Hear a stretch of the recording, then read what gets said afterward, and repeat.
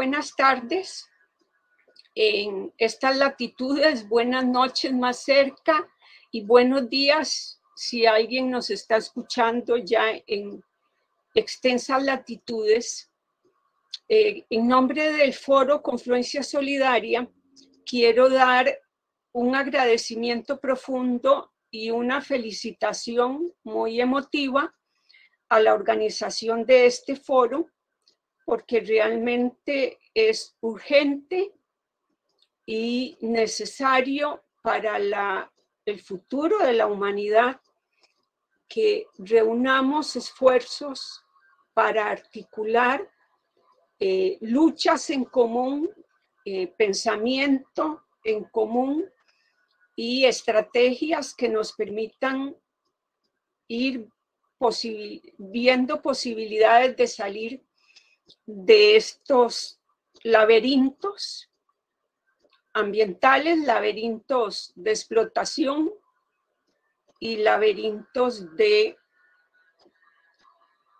ocultamientos. Si quiere, empezamos la presentación. Justo.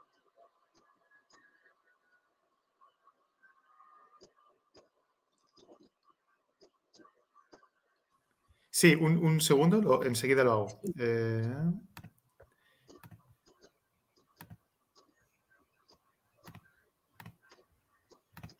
Muy bien.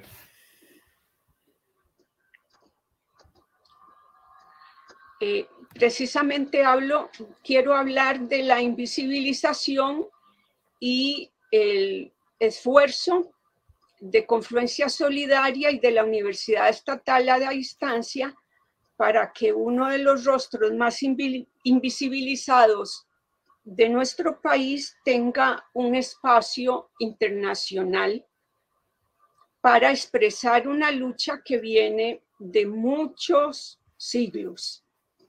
Pasamos. Yo no puedo dejar, en nombre del pueblo costarricense, de relacionar el 7 de octubre del 2007 con el 7 de octubre del 2021.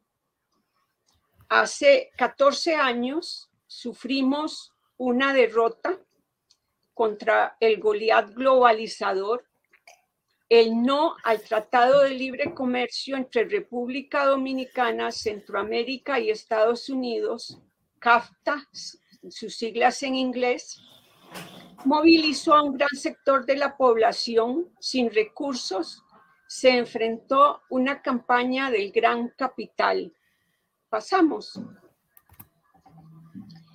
Y precisamente en las 72 horas antes del referéndum, cuando estaba prohibido hacer propaganda, la prensa comercial difundió con bombos y platillos declaraciones de Susan Swab, encargada de negociaciones comerciales del gobierno de Bush, en las que amenazaba con descartar a Costa Rica de las preferencias arancelarias provistas por la Iniciativa para la Cuenca del Caribe y negaba la posibilidad de cualquier renegociación del TLC si era rechazado.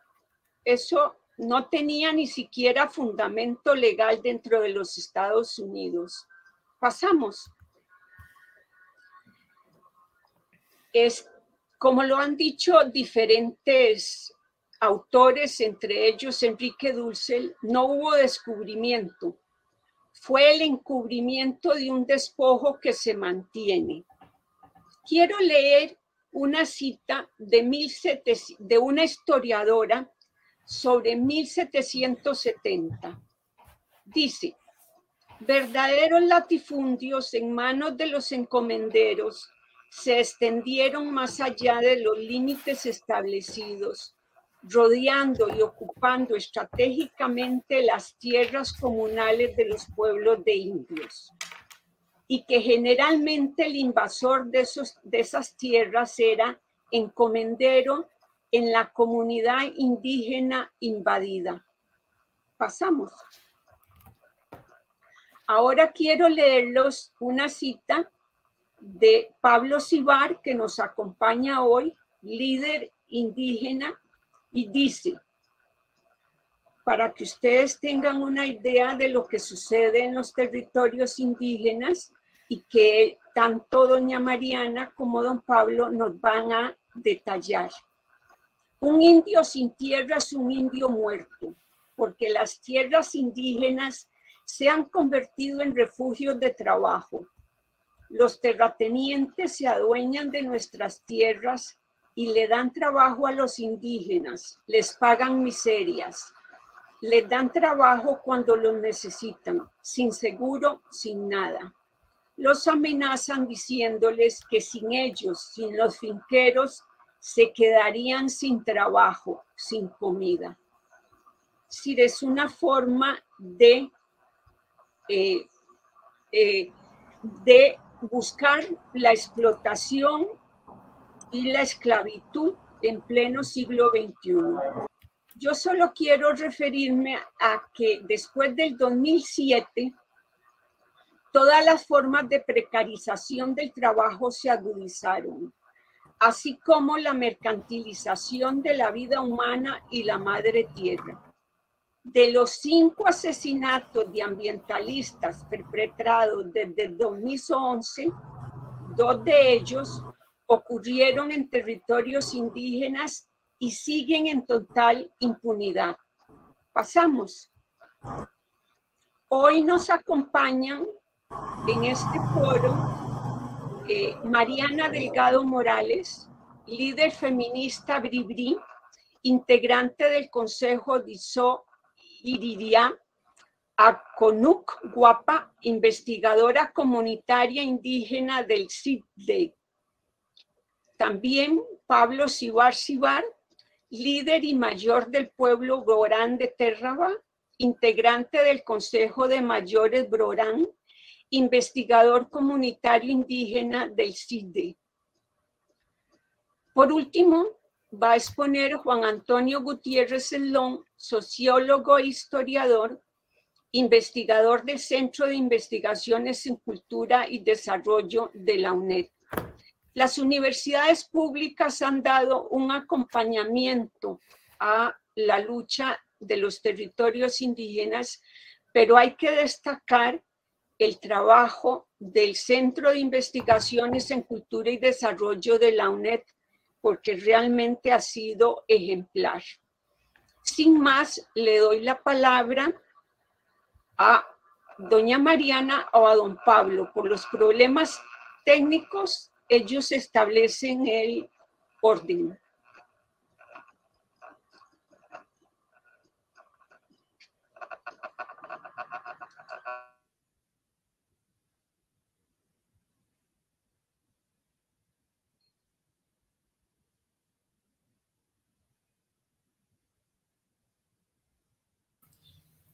Doña Mariana, tal vez si activamos el micrófono. ¿Me escuchan? Ahí la escuchamos. Sí, sí la escuchamos. ¿Usted la escucha, doña Isabel? Buenas tardes. ¿Me escucha, doña Isabel?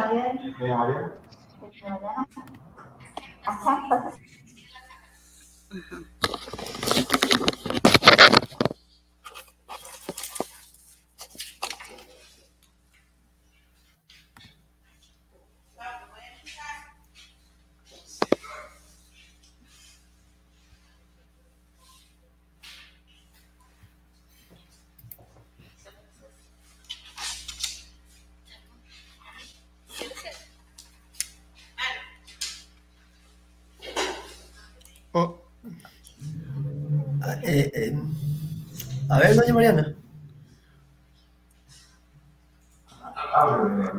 ¿Me ves? ¿Me escuchan? Ahí. Sí, sí la escuchamos. ¿Puede conectar el micrófono que está justo abajo? Ya doña Mariana se escucha. Ahora doña Isabel, la que está fuera del micrófono. ¿Me escucha? Doña Isabel. Doña Mariana, si usted no tiene nadie enfrente, se puede quitar el tapabocas. para que la voz le salga mejor. El problema es que ella ahora mismo tiene el micrófono apagado, tiene que encenderlo, que lo tiene justo debajo de su pantalla. Ese es el problema. Ok, en la pantalla, tal vez en la pantalla aparece. Porque no, entonces, ¿por qué me dicen así? Algo más corto. Sí, sí. Algo fuerte. ¿Me escucha? ¿Me escucha? Yo sí la escucho. ¿Usted la escucha, justo? ¿Escuchando todo? Tenés apagado, justo. Justo está apagado el micrófono. Y ahora se le escucha a doña Isabel muy lejos, no sé.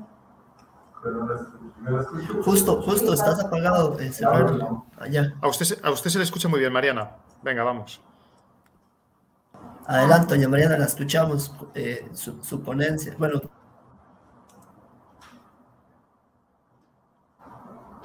Si me escuchan, entonces, buenas tardes a todos.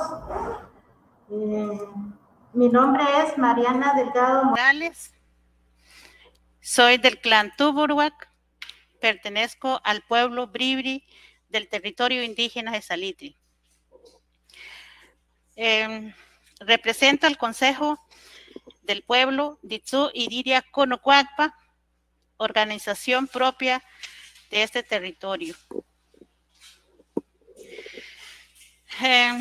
Mi territorio se ubica al sur del país de Costa Rica, Centroamérica, aproximadamente 365 kilómetros de distancia de la capital, hasta llegar al cantón de Buenos Aires, provincia de Punta Arenas. Se sitúa a 4 kilómetros al noreste del centro de Buenos Aires, territorio indígena. Nuestro idioma es el bribri.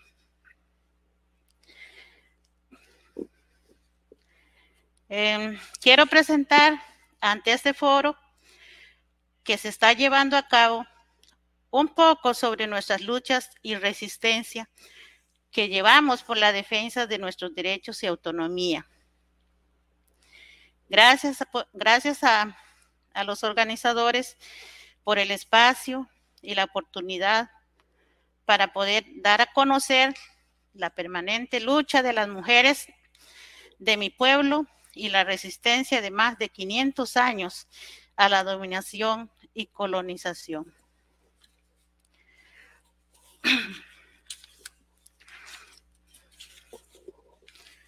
Las mujeres indígenas que defendemos nuestros derechos y luchamos por nuestra autonomía desde nuestro territorio, recuperando nuestras tierras que han sido usurpadas por finqueros no indígenas, sustentamos nuestras acciones en los instrumentos internacionales y nacionales, en el convenio 169 de la OIT, en la ley indígena 6172, que declara que los territorios indígenas son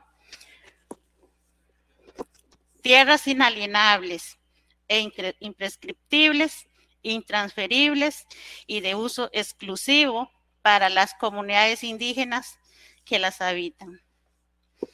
En vista de que esta ley no se ha cumplido ni se cumple a favor del pueblo indígena y nuestros territorios han sido despojados y ocupados ilegalmente por personas ajenas a este territorio, por esta razón, las tierras estaban en un 80% en manos de terratenientes no indígenas.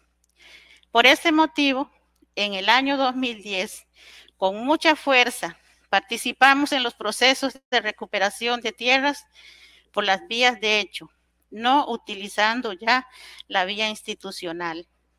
Y ante la negativa de la Asamblea Legislativa de votar por el proyecto de ley de desarrollo autónomo de los pueblos indígenas, que estuvo muchos años en la corriente legislativa y luego fue archivada. Esta situación ha provocado tensión en personas indígenas y terratenientes no indígenas y ha conllevado múltiples y graves hechos de violencia en mi territorio. Intentos de asesinatos a líderes jóvenes, a mujeres lideresas, ataques con armas de fuego, marcas en el cuerpo con fierro caliente, macheteados, ataques con sustancias químicas a compañeras recuperadoras, detonaciones de armas de fuego en las fincas recuperadas, bloqueos de camino, incendios provocados, daños a la propiedad, ingresos de ganados en las fincas recuperadas, amenazas de arresto a las personas recuperadores por parte de los policías, invasiones a las fincas recuperadas, asesinatos a líderes, y todos estos ataques han sido realizados por turbas de personas no indígenas apoyantes de los terratenientes, hechos que hemos denunciado ante instancias judiciales y públicos, y hasta el día de hoy ninguno ha prosperado penalmente, permaneciendo en la impunidad.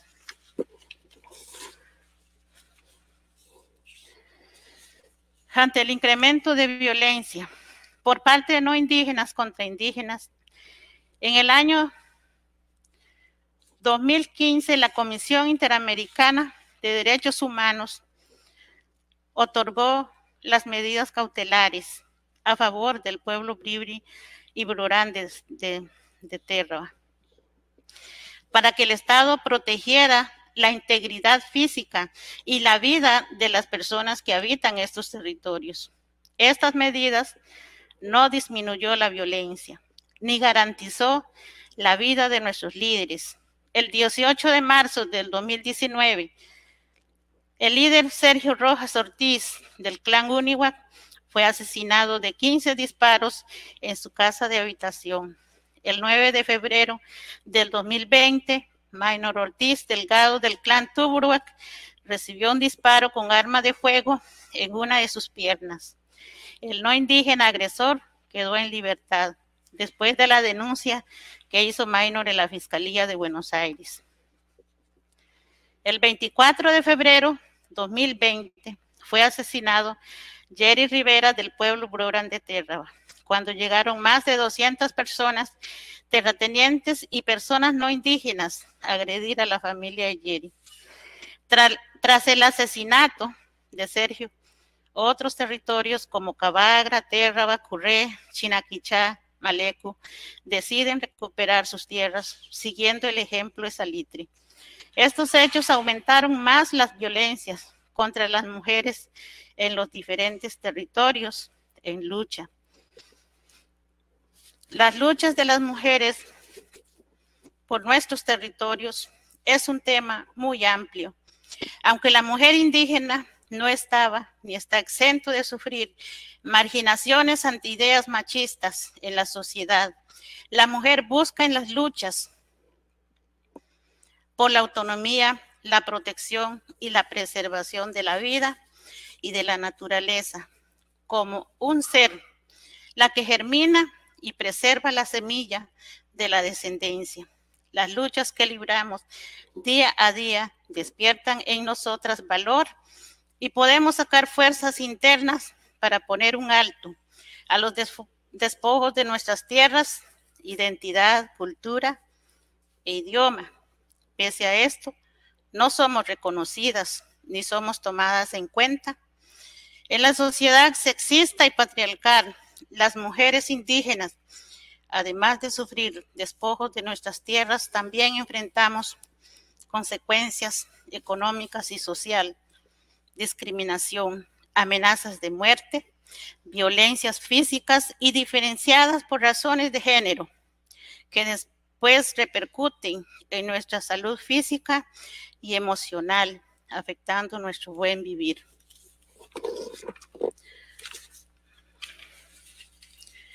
Además de estos hechos, el gobierno declaró la llegada al país de la pandemia del COVID-19 a inicios del 2020, que está afectando enormemente la vida de las mujeres indígenas. Se han disparado las carencias y desigualdades económicas. Muchos no tienen cómo sacar sus productos para vender, y también en la parte estudiantil están siendo afectados porque no tienen acceso al internet, no tenemos saldo en los teléfonos y por la falta de cobertura que facilite la ayuda necesaria a los estudiantes. Esto ha venido siendo un problema, ya que en el territorio la educación es muy básica. Un estudiante de territorio tiene mucha desventaja con otro que lleva su mismo nivel en zonas más desarrolladas. En el tema de salud, han disminuido la atención médica. Muchos indígenas no logran alcanzar cita para que sea atendido por un médico y la enfermedad avanza o se agrava sin ser atendido.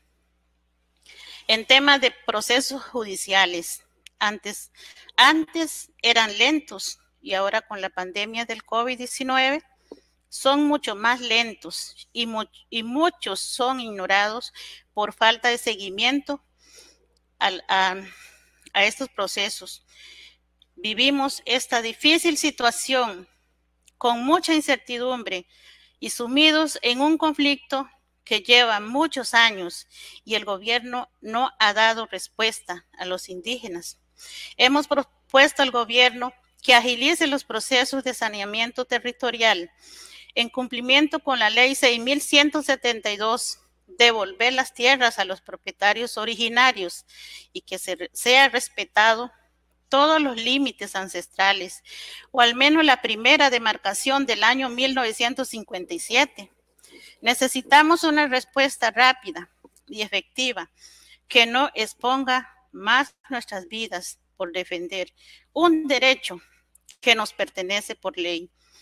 Y para que haya paz y seguridad en nuestro territorio, solamente es posible si los no indígenas que permanecen usurpando nuestros territorios abandonen nuestras tierras.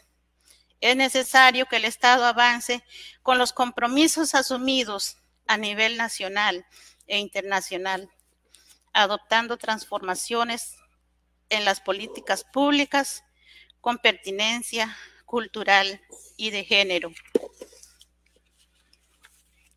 Es lo que yo quisiera compartir hoy con ustedes, la difícil situación y lo que nosotros estamos, los procesos de autonomía que busca el pueblo Bribri de Salitre para poder tener una esperanza de paz en nuestro territorio, que ahorita no vemos que se acerque, no vemos ninguna luz para que nuestras vidas en nuestros territorios tengamos paz y que nuestras vidas sean respetadas como seres humanos que somos y nuestras familias, nuestros niños puedan vivir en paz.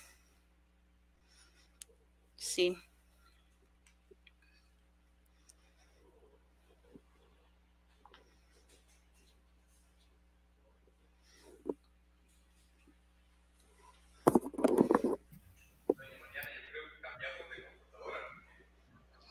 Muchísimas gracias, doña Mariana, por su participación. Si usted no tiene más exposición, le damos la palabra a don Pablo. Sí, gracias por escuchar.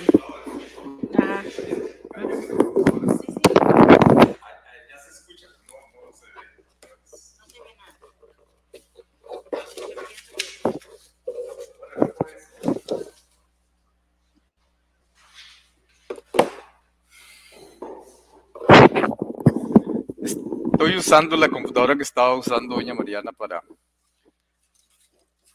porque la mía no está como funcionando bien. ¿Me escucha? Sí, muy bien, don Pablo. Bueno, en primer lugar, muchísimas gracias por este espacio, que es un espacio donde los indígenas podemos desahogarnos un poco toda la situación que vivimos como pueblos y que enfrentamos como pueblos. Mi tema es sobre... Sí. Perdone un minuto. Si usted no tiene a nadie enfrente, puede quitarse el tapabocas para que proyecte mejor la voz. Eso. Gracias. Sí, yo creo que es mucho mejor. Gracias a ustedes. Ya estamos tan acostumbrados a estos tapabocas que se hace difícil. Pero bueno, mi tema es sobre derechos que se ignoran. Una experiencia de lucha por más de 40 años de la autonomía desde nuestros pueblos, desde mi pueblo Brora. Y esos derechos que se ignoran, como un Estado costarricense que habla de la década de 40 años que no han hecho absolutamente nada. Y yo diría 500 y resto de años que han pasado donde los pueblos indígenas hemos tenido que sufrir, vivir y sobrevivir esos procesos de explotación que tuvimos. Y entonces, desde ahí yo creo que tenemos que visualizar nuestra lucha, que es un proceso que ha venido. Hoy yo me siento contento porque podemos hacer esto que estamos haciendo hoy.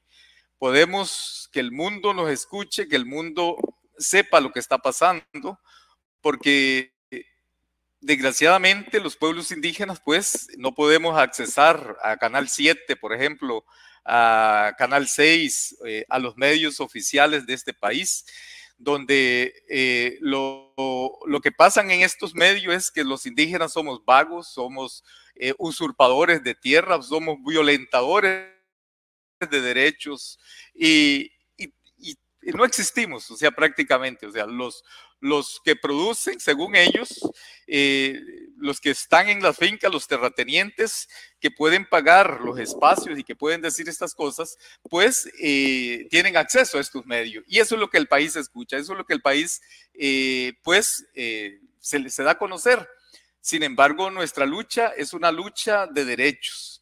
Y es una lucha de un proceso, de una ignorancia que hemos sido por más de 500 años por un país que nos ha olvidado y un país que nos ha querido más bien destruir y que no existamos.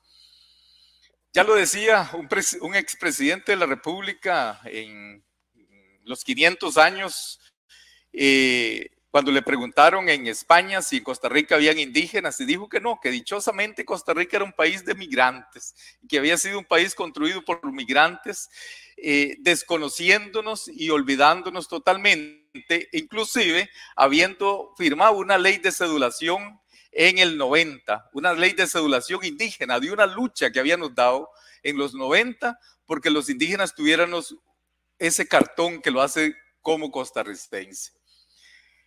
Entonces este es el proceso que pasamos, es el proceso de una ignorancia donde nos ignoran, donde somos como los malos y no nos dejan, y yo siempre he dicho, déjennos pensar, déjennos equivocarnos. Nosotros como pueblo indígena tenemos derecho a equivocarnos.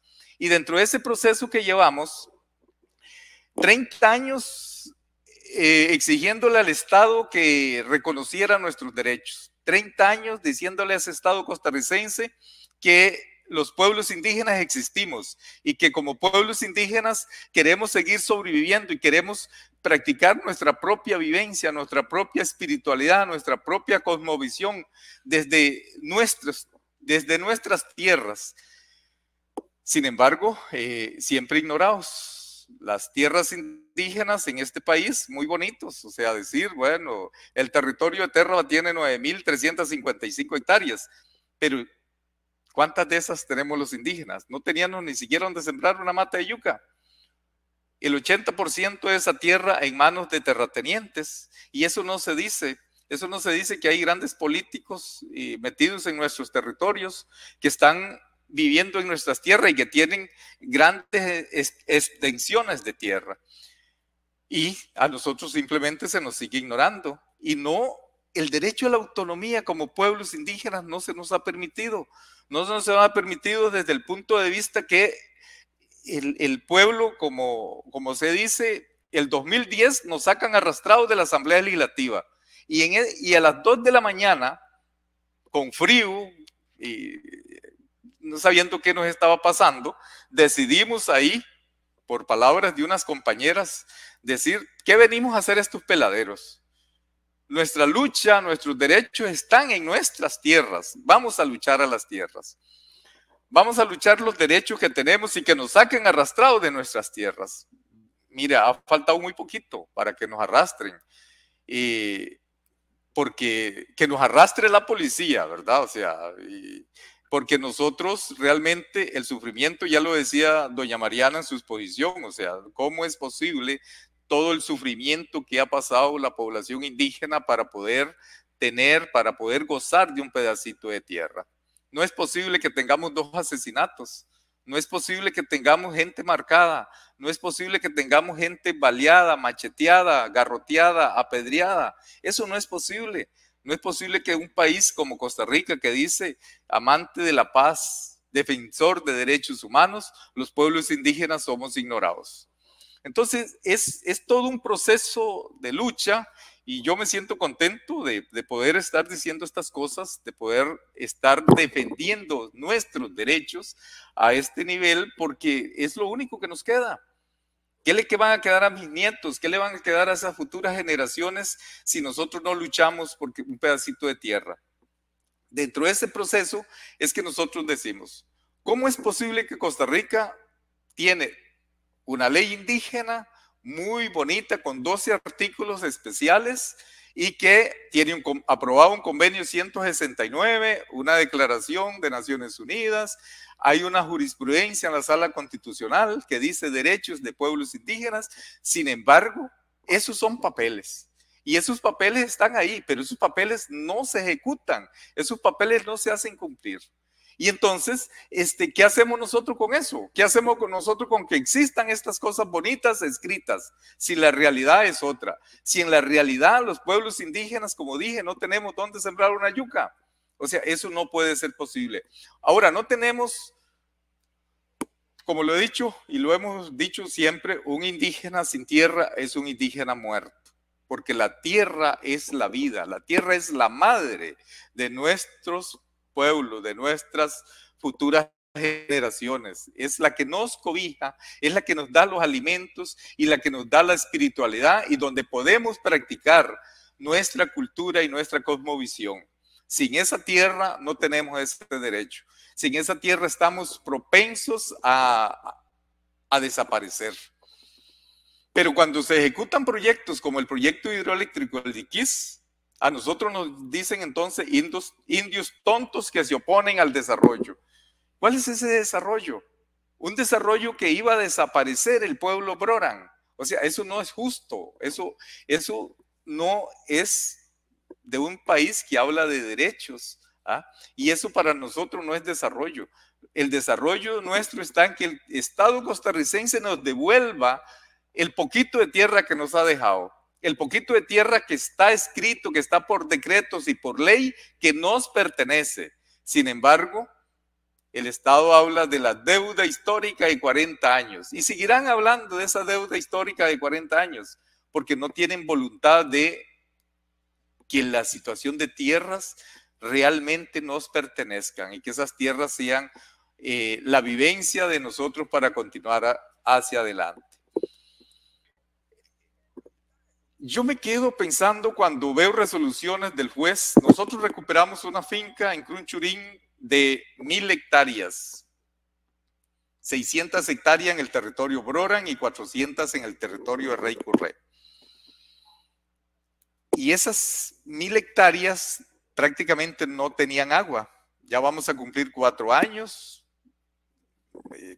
ahí, con todas las situaciones. Sin embargo, hemos experimentado 2 desalojos que los jueces han dictaminado, porque los jueces se van por lo que le llaman el interdicto agrario, que es definir el derecho de mejor posición. Y entonces el juez define que el mejor derecho de posición lo tenía el terrateniente. Y yo siempre me digo, seguro soy un indígena demasiado ignorante, porque ¿cómo es posible que se defina que el mejor derecho de posición lo tiene un terrateniente si esa tierra nos pertenece? Y nos pertenece por ley desde 1939 y después de 1956 y después de 1977. O sea, no es posible. Pero además, esas son las leyes, esos son los derechos que el Estado costarricense habla. Pero esa tierra ha sido la tierra de toda mi generación. Decía un hermano indígena chileno, mapuche, no me acuerdo ahorita, pero decía, yo soy el documento. No necesitamos documento para demostrar que esas tierras son nuestras. Cuando llegaron los españoles o los europeos aquí, estas tierras eran tierras nuestras, eran tierras de nuestros abuelos. Y el Estado costarricense nos dejó un pedacito. Acaba el Estado de estar hablando de los 200 años. 200 años de independencia. ¿De independencia de quién? O sea, los indígenas seguimos sometidos en una situación de total desventaja, de una ignorancia total, y nosotros tenemos que dar la vida para seguir luchando por nuestras tierras. Eso no es posible. No es posible que en este país hayan asesinado a 2 hermanos indígenas y hayan muchos compañeros marcados con machetazos, balazos, fierros calientes y un montón de cosas porque estamos defendiendo las tierras, tierras que nos pertenecen y que el Estado costarricense debería de devolvérnoslas rápidamente. Pero sin embargo, se dice muy bien, los indígenas, hace unos tiempos, los indígenas vivían felices con los terratenientes, con los finqueros, que eran los que daban comida y eran los que daban... Y claro, mientras que yo sea un indígena, que me sumo, que me quedo callado y que lo único que puedo acceder es a ser un peón de un terrateniente en mi tierra, eso lo ve el Estado y el pueblo de Costa Rica posiblemente bien. Sin embargo, es mi tierra. Yo tengo el derecho sobre esa tierra y tengo el derecho de que esa tierra pueda yo practicar con mis hijos, con mis nietos, la espiritualidad, la cultura, la vivencia, la religiosidad. O sea, no es posible que a nosotros nos impongan todo. No es posible que a nosotros de todo nos los imponen. Inclusive desde los procesos de educación, porque la educación se hace desde un proceso para que nuestros pueblos vayamos desapareciendo, y eso no es justo. No es justo que nosotros como pueblos indígenas no tengamos el derecho a una vivencia digna, a una vivencia de ser feliz y a una vivencia de poder tener procesos diferentes, donde yo o mi pueblo pueda practicar su cultura, pueda practicar su religión, pueda practicar su espiritualidad desde su propia vivencia. Y yo creo que ese es el derecho que tenemos. En los 90 nos decían, cuando hablamos en la Asamblea Legislativa de autonomía indígena, nos dijeron que estábamos locos. Que cómo íbamos a hablar de autonomía, que el único que tenía autonomía era el Estado costarricense. Y yo les decía, y entonces decían, es que estos indios se quieren separar de Costa Rica. Yo les decía, mira, si acabamos de luchar por una cédula para ser costarricenses, ¿cómo es posible que, o sea, nosotros nos sentimos orgullosamente costarricenses, pero primero me siento brora? Y esa es la lucha que se debe dar. Hace poco tenía un juicio, cuando el juez me preguntó, la pregunta que le hace uno, don Pablo, ¿qué nacionalidad es usted? Yo le dije, Broran. Y el juez me dijo, vea, don Pablo, usted es costarricense. Y entonces yo le dije, señor juez, si usted me dice eso, pues ya, ¿qué me queda? Pero yo me siento primero Broran y después costarricense. Porque realmente así es. O sea, yo aquí, este país, para hacer lo que ha hecho, lo ha hecho a su antojo. Han sido unos cuantos lo que han decidido cómo se hace y cómo se hace la constitución política. Los indígenas nunca tuvimos participación en esa constitución política. Y entonces, desde ahí yo creo que está la situación. En estos 40 años de lucha que llevo, me siento muy, muy contento de haber hecho una recuperación el 2018. Y me entristece, el 2019 íbamos a celebrar el primer aniversario y lo íbamos a hacer con el Consejo Iriria Hecho Guapa, de salitre con el hermano Sergio. Sin embargo, unos días antes lo asesinaron. Días antes lo asesinan y no pudimos estar en ese evento de celebrar un primer aniversario en una finca recuperada de 1000 hectáreas. Y posiblemente nos dicen algunos ahora, los indios terratenientes y no sé qué, un montón de cosas. En esa finca de 1000 hectáreas que la tenía un usurpador, hoy hay más de 80 personas viviendo ahí, trabajando, siendo felices, teniendo alimentación, teniendo seguridad alimentaria. O sea, eso es muy importante. Realmente yo quiero decir que en esas familias que estamos en esa recuperación, no hemos sentido tanto la pandemia, no hemos sentido tanto el COVID, porque tenemos mucho espacio, porque tenemos un aire puro, porque respiramos aire rico, hemos ido conservando en estos casi 4 años que vamos, esa finca ha cambiado totalmente. Una finca de ser de puro pasto y ganado, hoy pasa a ser una finca de autosubsistencia para más de 80 personas. Casi 100 personas estamos ahí. Han nacido ya niños en esa recuperación. Sin embargo, vivimos con la zozobra. ¿Qué va a pasar con los juicios? ¿Cuál decisión va a tomar el juez? Todavía no sabemos, pero ahí seguimos trabajando y seguimos orgullosamente sosteniendo esa recuperación. Porque realmente, como lo decía mi hermano Sergio, la única alternativa que tenemos, Pablo, es ir a las recuperaciones de tierra. Yo hoy estoy totalmente convencido.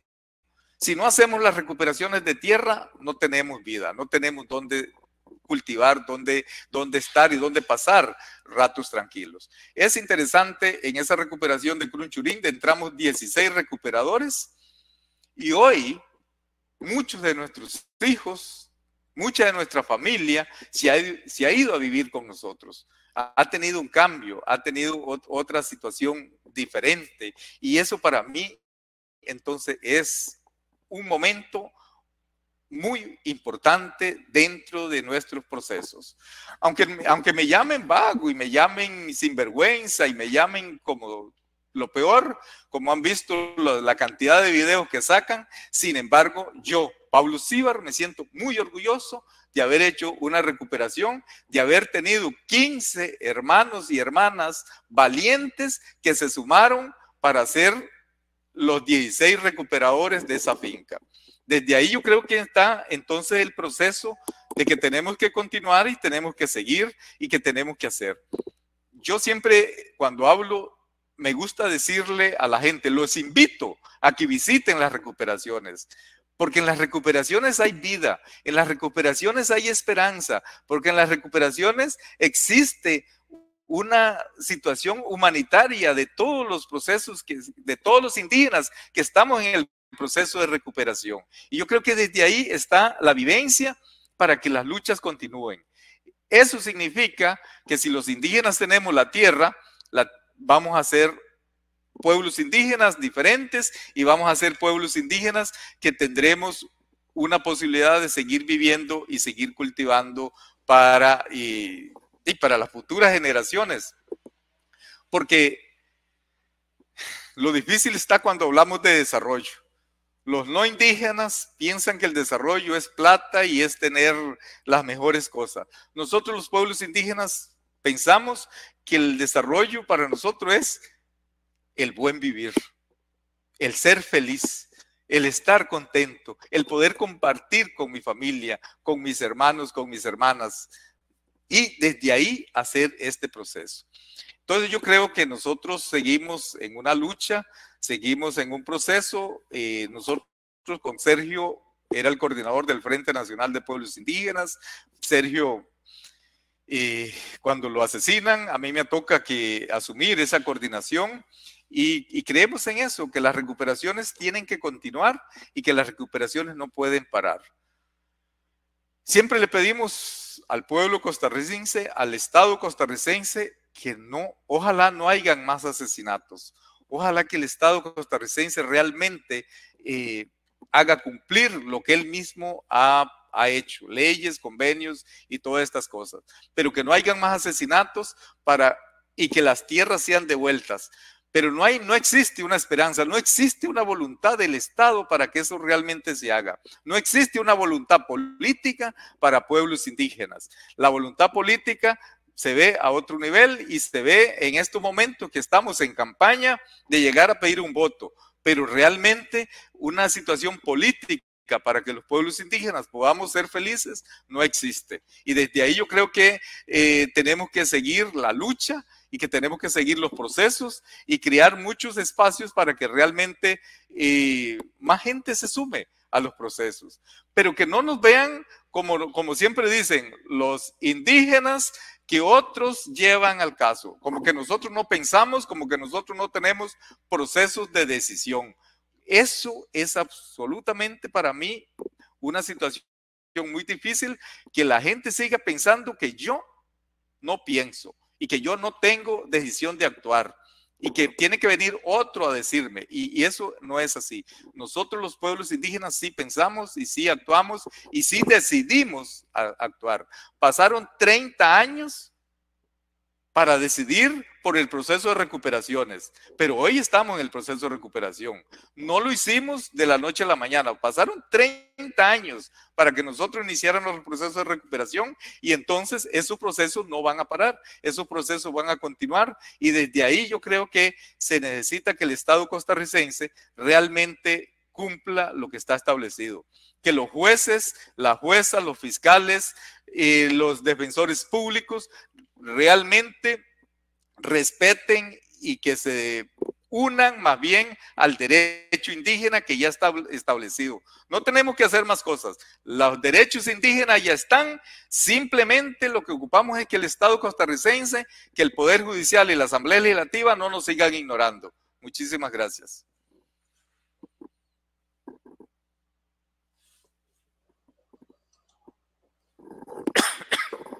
Muchísimas gracias a doña Mariana y a don Pablo. Antes de ofrecerle la palabra a Juan Antonio, quisiera reproducir una pregunta que me parece fundamental para conocer la espiritualidad de los pueblos originarios. Nos dice Mauricio Gutiérrez y José María Gutiérrez, ambos aplauden el ejemplo de la lucha, pero Mauricio se refiere al foro en el que estamos y los objetivos del foro es cómo democratizar, cómo desmercantilizar y cómo descontaminar el trabajo. A mí me parece fundamental que doña Mariana y don Pablo se refieran, porque si hay un ejemplo para el mundo de cómo democratizar el trabajo, cómo desmercantilizar la vida y descontaminar el ambiente, lo dan precisamente la vida que emprenden los y las recuperadoras de tierra en sus territorios. Tal vez don Pablo o doña Mariana quieran referirse a cómo ellos democratizan el trabajo en sus propios territorios, aunque no le digan así, pero desmercantilizan la vida. No están pensando en qué compran y qué venden. Y don Pablo en algunos videos se ha referido, y las mujeres también recuperadoras se han referido en diferentes videos y entrevistas a cómo ellos descontaminan la tierra y los recursos. Si quieren referirse a eso, le agradeceríamos mucho.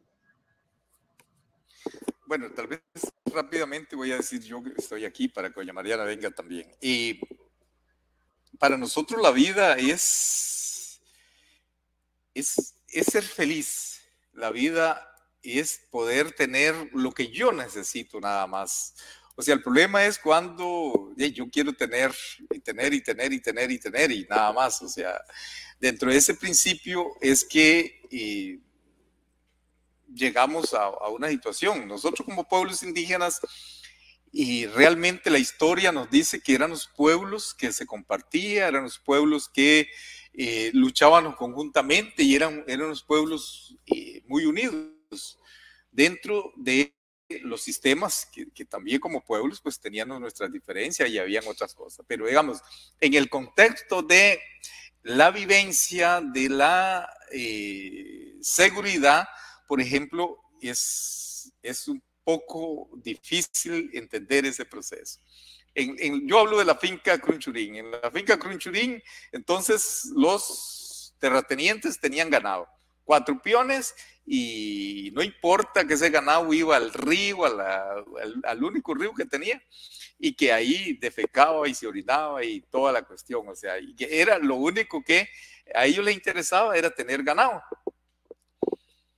sin ningún control de cómo está, porque hay que producir ganado.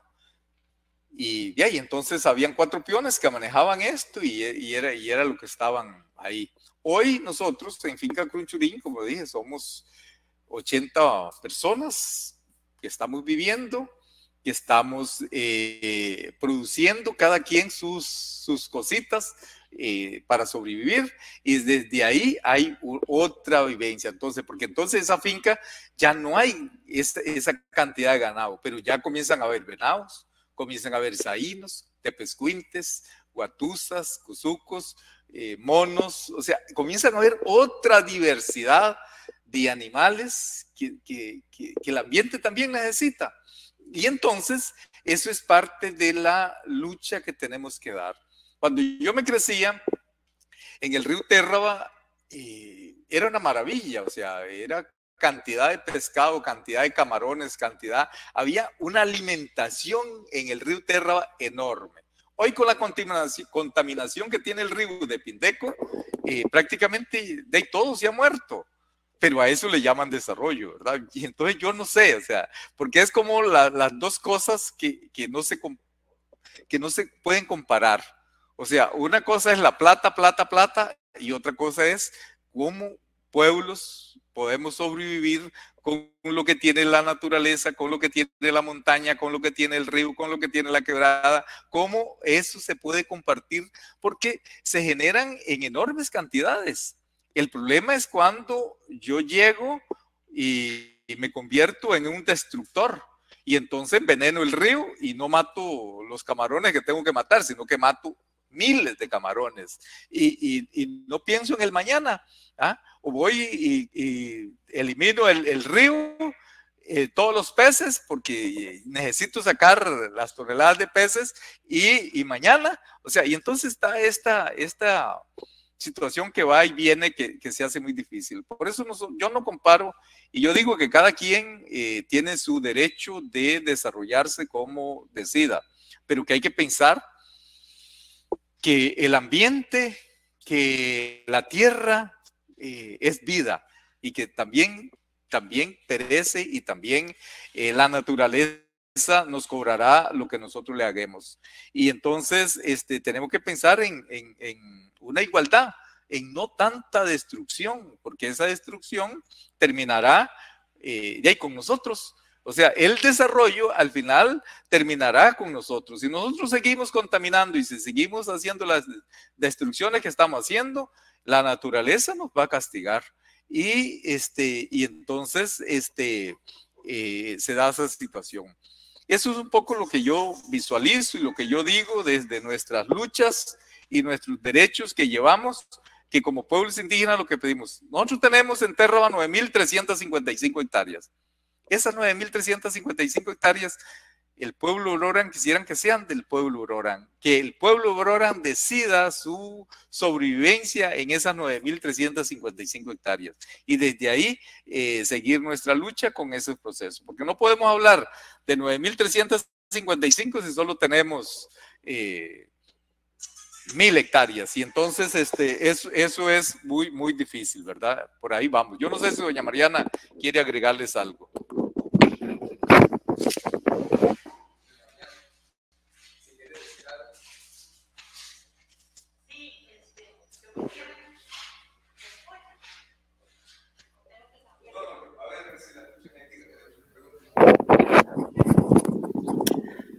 Pablo, que Mariana venga a exponer aquí donde estaban hablando.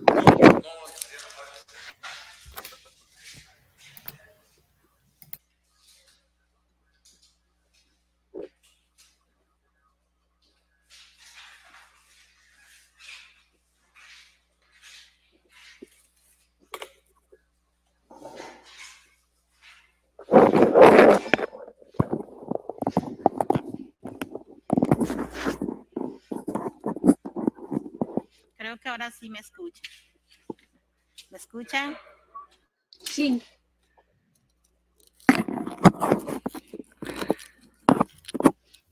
Bájele la perillita al micrófono, doña Mariana. Eso es. Un poquito más. Doña Mariana, ¿usted escuchó Sí. la pregunta que hicieron o quiere que se la repita? Dígame, porque es que el volumen de aquella otra computadora está muy baja. Ya. Por favor, si me la repiten. Sí, con mucho gusto. Este foro se centra, el foro en el que estamos es un foro mundial que se centra en cómo democratizar, cómo desmercantilizar y cómo descontaminar el trabajo. Entonces, es una pregunta fundamental porque ustedes en la lucha por recuperar las tierras y en la lucha por recuperar la espiritualidad y la forma de vida de ustedes, aunque no lo nombren así, le han dado respuesta a esas preguntas. Ya don Pablo nos compartió parte de su experiencia y parte de esa espiritualidad. Entonces nos gustaría pues que usted se refiera también a eso, porque yo sé que las mujeres recuperadoras tienen bastante trabajo y elaboración en eso. Claro que sí. Por las mujeres indígenas y el pueblo bribri de Salitre empezamos a muchos años a ver la dificultad que teníamos sobre nuestras tierras ocupadas por personas no indígenas, pero también de ver que se cierne sobre los pueblos indígenas. Bueno, actualmente no solamente sobre los pueblos indígenas, también sobre el mundo entero, como un despojo de los bienes, de los recursos naturales, como por ejemplo los ríos, las montañas, el aire. Es una amenaza que invade también nuestros territorios indígenas. Entonces el pueblo bribri decide en su lucha cómo recuperar lo que se estaba perdiendo, con el objetivo de que seamos personas o pueblos con plena autonomía dentro de nuestros territorios, autonomía en todo lo que tenga que ver en economía, alimentación, administrar nuestros recursos, rescatar nuestros idiomas, nuestra identidad, nuestra vivencia cultural, nuestra forma de ver el mundo, nuestra forma de relacionarnos con la madre tierra, de elevar esa espiritualidad de conexión con la madre tierra, porque si no lo hacemos de esa manera, vamos tras la idea mercantilista de los bienes del mundo, en este caso de los nuestros. Actualmente, el pueblo bribri se organiza y, como dice don Pablo, estamos produciendo cultivos orgánicos. Estamos tratando de cultivar nuestra propia alimentación, haciendo como decimos nosotros, trueques, compartiendo lo que producimos conjunto con los demás compañeras y compañeros para hacerle frente a esta difícil situación que se acerca y que se está viviendo ya también en muchos territorios, en muchas partes del mundo. Lo que hacemos es sembrar con responsabilidad la tierra, con responsabilidad cuidando la tierra y no explotándola. Sembramos diversidad de alimentos y de producciones en solidaridad con los demás compañeras y compañeros. Intercambiamos esos productos. Ahorita estamos educando a las personas que no solamente es el dinero lo que cuenta, sino la voluntad y el trabajo y que nadie de nuestro pueblo tenga hambre. Se puede vivir así, se puede producir de esa manera, no contaminando el ambiente, no destruyendo los recursos, no contaminando los ríos, no destruyendo los bosques. Pero se necesita una verdadera concientización, que es lo que estamos haciendo ahorita en los territorios, en mi caso en Salitre, motivando a las mujeres jóvenes, a los estudiantes,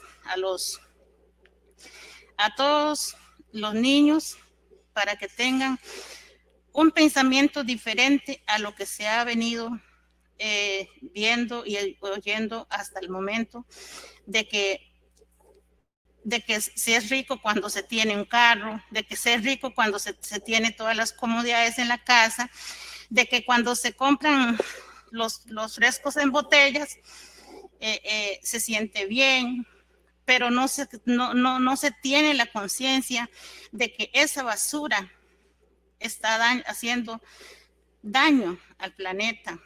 Y si mañana pasado faltara el aire y se contaminara la tierra, desapareceríamos nosotros como seres humanos. La responsabilidad de la salud del planeta y de nuestros territorios indígenas está en nuestras manos. No es de nadie, es de cada uno de nosotros.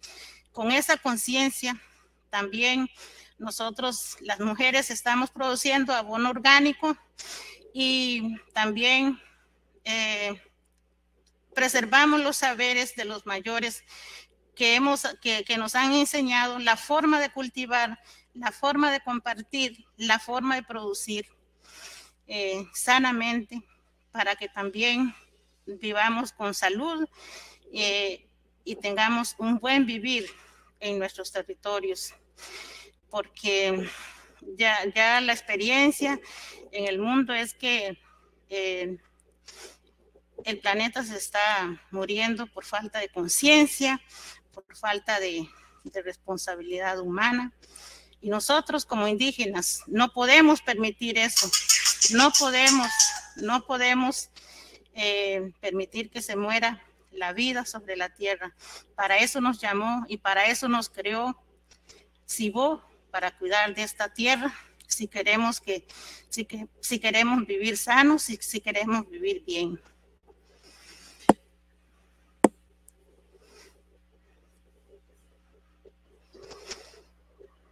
Muchísimas gracias. Creo que es una lección para el mundo lo que nos están dando desde esta espiritualidad que viene mucho antes de el llamado descubrimiento. Vamos a darle la palabra a Juan Antonio Gutiérrez. Muchas gracias, doña Isabel. Un gusto estar aquí en el Foro Global por la Democratización del Trabajo y sin lugar a dudas muy a gusto de de secundar estas exposiciones de Pablo y doña Mariana, analíticas, políticamente pertinentes, con una voz de justicia y protesta. Y yo creo que, digamos, si quieren lo dejamos en la primera, gracias gracias a Justo.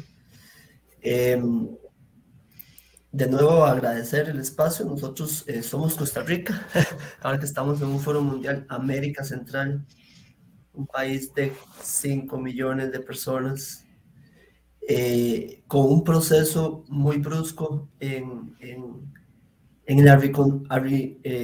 arrinconar a los pueblos y a los territorios indígenas.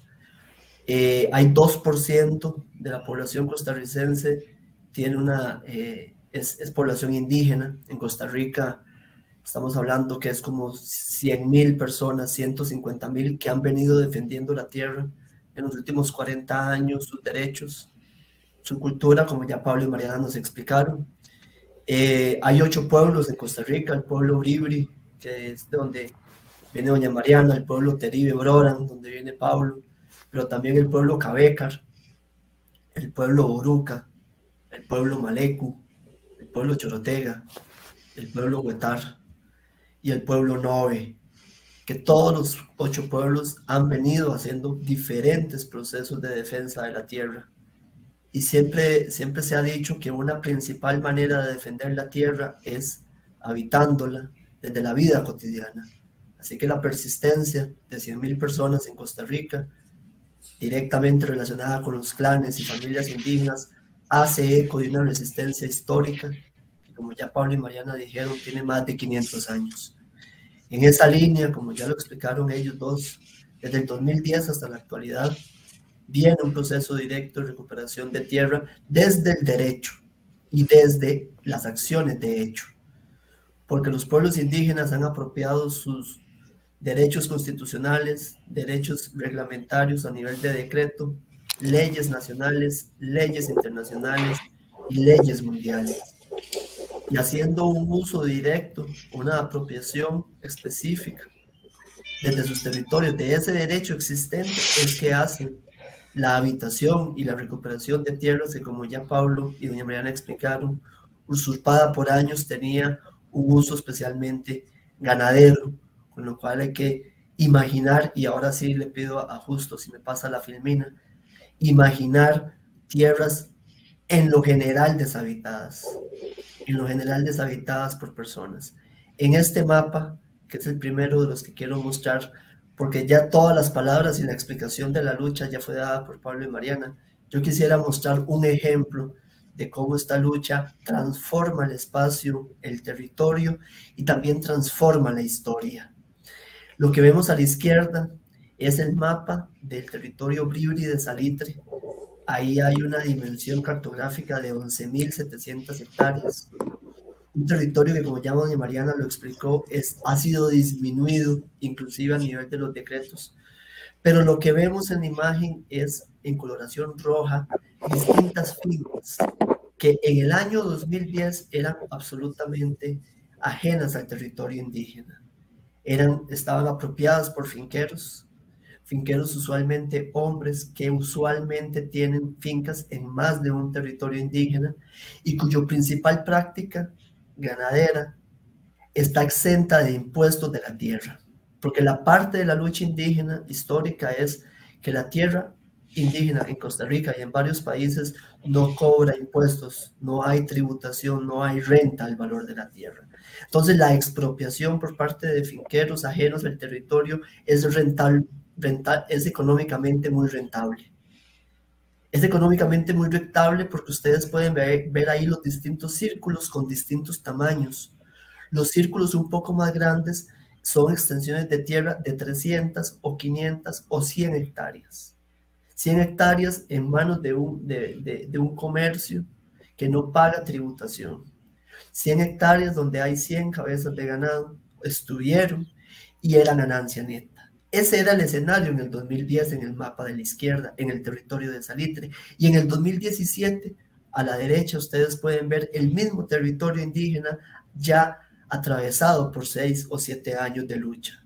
Y ustedes pueden notar una serie de colores: verde, azul, naranja, celeste, amarillo, que son distintos lugares del territorio de las 16 comunidades de Salitre, donde en ese periodo de tiempo, entre el 2010 y el 2017, hubo cuanto menos 45 recuperaciones de tierra. 45 recuperaciones de tierra dignas en derecho, dignas en justicia, y que fueron en su mayoría respondidas con violencia por parte del grupo finquero, con una violencia que también se torna en violencia institucional, porque la cantidad de personas que han tenido que responder ante las autoridades por los machetazos, las agresiones, las persecuciones, la violencia, los asesinatos, ha sido ninguna. Más de 100 hechos de violencia en ese territorio indígena y más de 200 en todo el periodo. Entonces, pasamos a la siguiente, Filomena. Son dos imágenes, esas anteriores del mapa, que nos permiten ver cómo cambiaron la historia, pero ahora también vemos en estos mapas cómo cambiaron sus vidas cotidianas.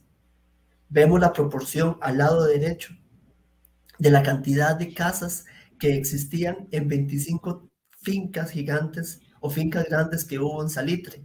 De las 25 fincas que se mapearon en un estudio de la UNED, en 16 de ellas no había ni una sola construcción.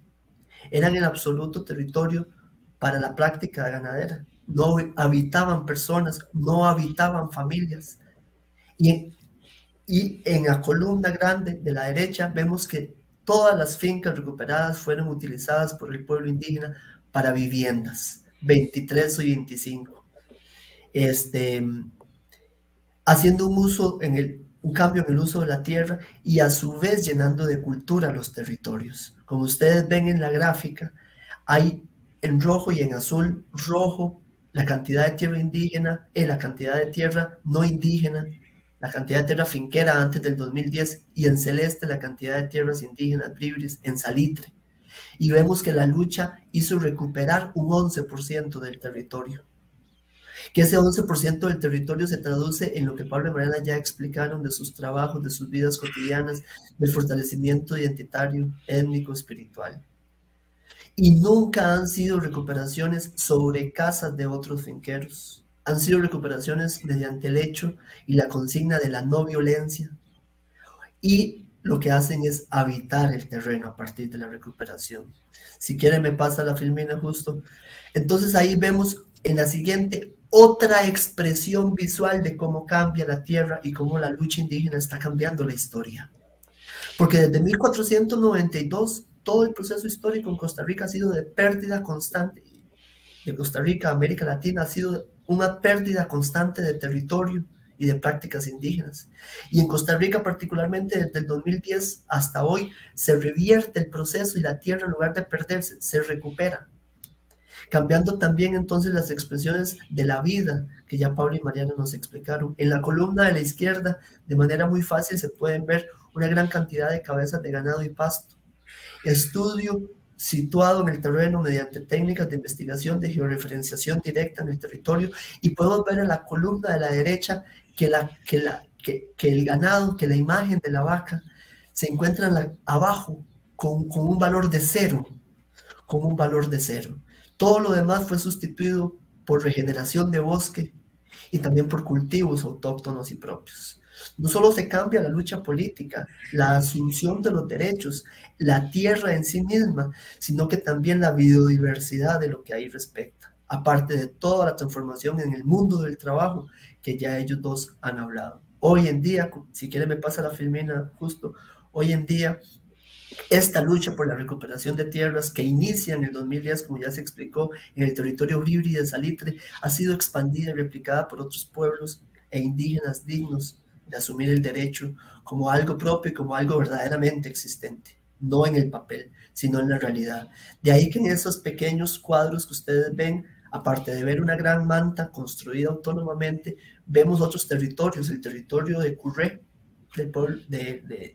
con 1000 hectáreas recuperadas, el territorio Malecu, que se encuentra completamente al otro lado del país. La zona que estamos hablando se encuentra al sur, mientras que el territorio Malecu se encuentra al norte de Costa Rica. 9 procesos de recuperación, especialmente durante la pandemia. Vemos en Chinaquichá que hay 3 procesos, y Chinaquichá es otro pueblo, el pueblo Cabecar, la finca Capego y Conojú. En Térraba se encuentra, en Chinaquichá también se encuentra la tierra recuperada Sequera Casca y Saquequedube en Chinaquichá del pueblo Cabecar. En el pueblo Térraba han habido distintos esfuerzos de recuperaciones de tierra, la mayoría de ellos con éxito. Sin embargo, hubo uno que trajo otra muerte, otro crimen que no ha sido para nada sancionado en Costa Rica, que no ha sido en absoluto llevado a la justicia. Y en Térraba vemos San Andrés, Crun Churín,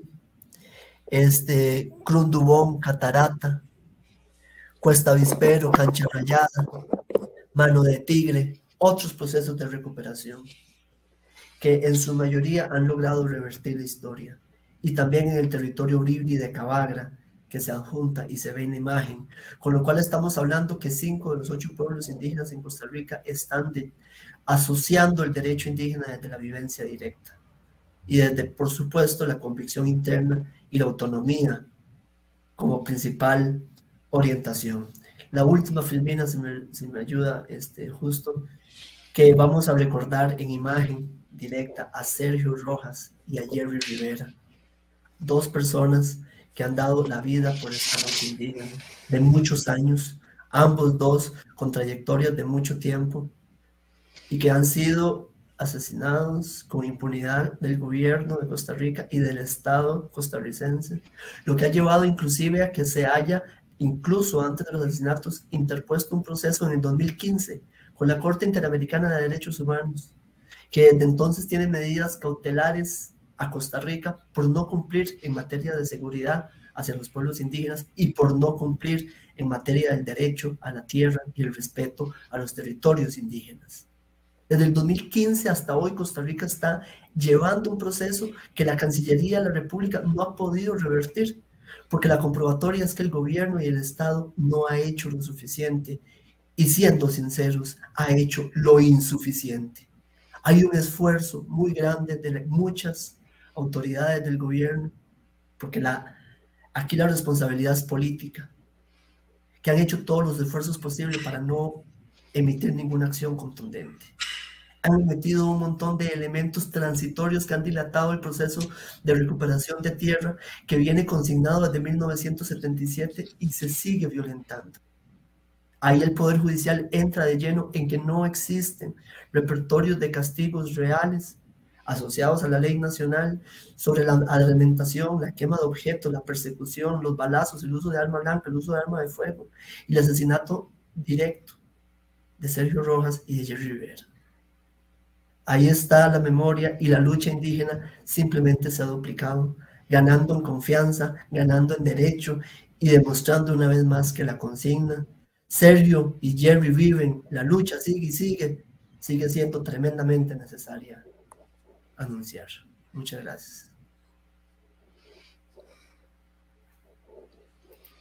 Bueno, creo que este es un aporte de nuestro país para visualizar que muchas veces se habla de que ya no hay que hablar de lucha.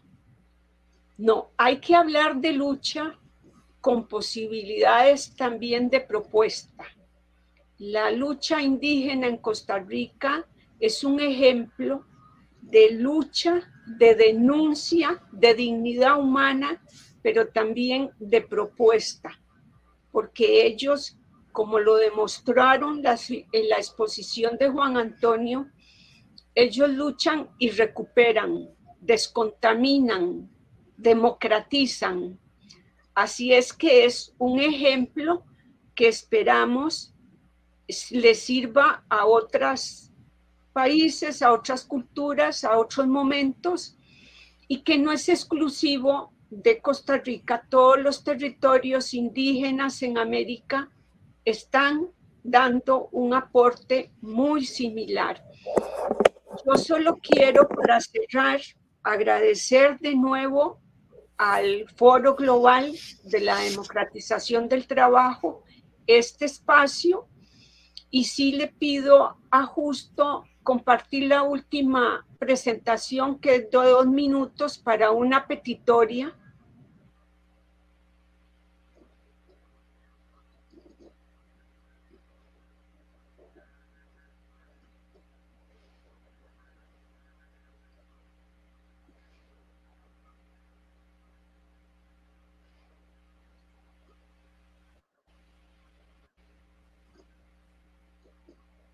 Perdón, justo. Sí, perdón, un segundo. ¿Sí? Estoy intentando. ¿Un segundo? Sí, sí, perfecto.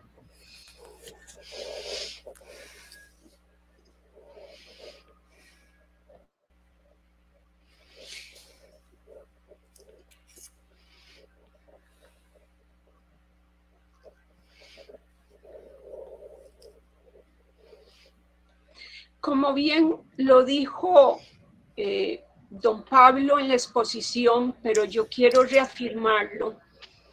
En el 2021 tenemos 2 aniversarios, como lo dije al inicio. En el 2021 cumplimos 14 años de la imposición del Tratado de Libre Comercio con Estados Unidos, al cual ya me referí. Pero también el 2021 está el bicentenario de la independencia de España. Perdón, a la primera. Y como lo dijo el Frente Nacional de Pueblos Indígenas en febrero, es un bicentenario manchado con sangre de uno de nuestros fundadores y líder del FRENAPI, Sergio Rojas Ortiz, bribri del clan Uniguac de Salitre, y de nuestro hermano Jerry Rivera del pueblo Boran. Ahora sí, la segunda. El llamado desde Confluencia Solidaria y CEAL,